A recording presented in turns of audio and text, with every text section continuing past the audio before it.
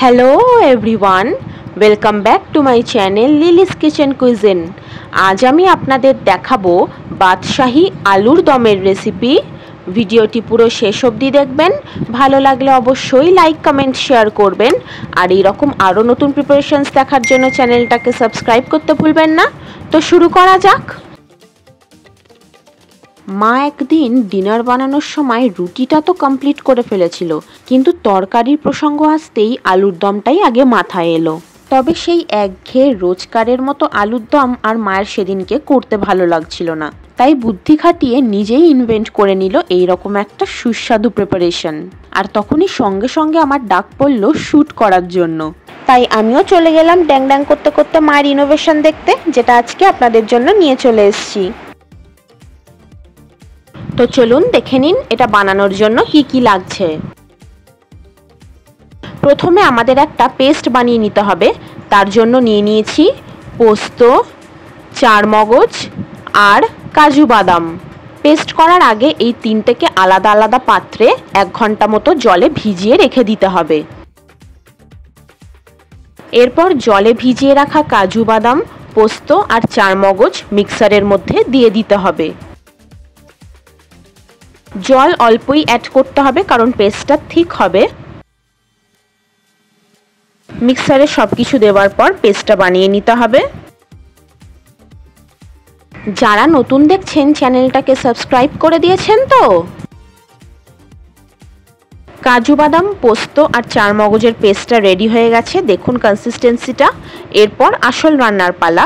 তার জন্য কড়ায় প্রথমে সাদা তেল দিলাম।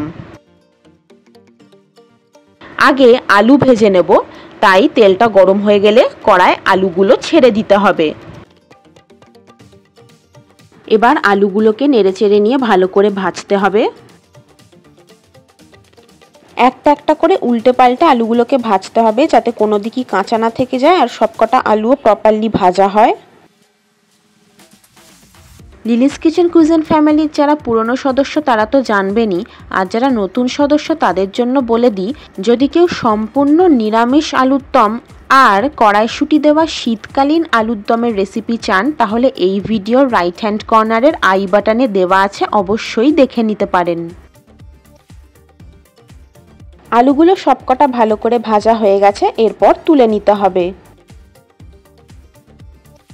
আপনারা কিরকম আলুর দম খেতে পছন্দ করেন আমাকে কিন্তু কমেন্টে জানাতে ভুলবেন না।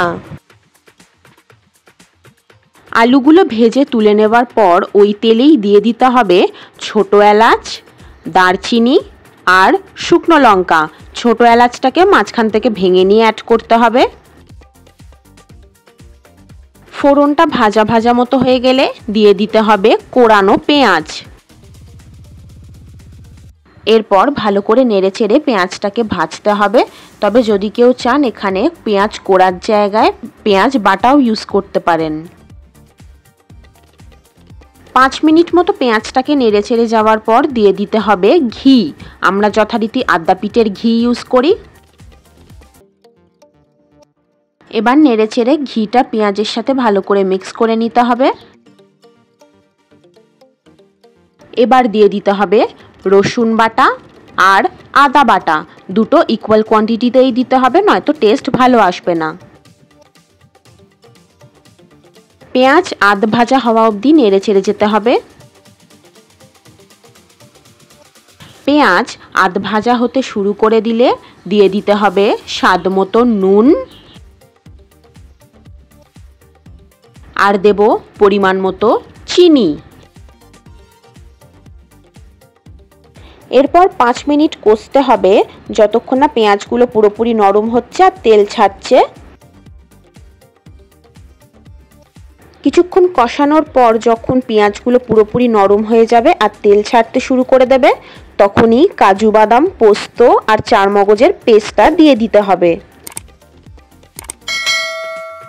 এই চ্যানেলের নতুন ভিডিওর নোটিফিকেশনস আগে পাওয়ার জন্য সাবস্ক্রাইব বাটনের পাশে বেল আইকনের অল প্রেস করে দেবেন। এরপর টানা নেড়েচেড়ে যেতে হবে। কিছুক্ষণ টানা নাড়তে থাকার ফলে যখন ঘন হয়ে যাবে তখন কাজু বাদাম, পোস্ত আর চারমগজ পেস্টের স্টকটা অ্যাড করে দিতে হবে। পেস্টের স্টকটা দেওয়ার পর 5 মিনিট মতো নেড়েচেড়ে নিয়ে দিয়ে দিতে হবে ভেজে রাখা আলুগুলো। এরপর নেড়েচেড়ে আলুগুলোকে মশলার সাথে ভালো করে মিক্স আপ করে নিতে হবে। প্রিপারেশনটায় কোনো রকম ঝাল ইউজ করা হয়নি, একটু মিষ্টি মিষ্টি থাকবে, তবে যদি কারোর পছন্দ হয় তারা সেই অনুযায়ী ঝাল অ্যাড করতে পারেন।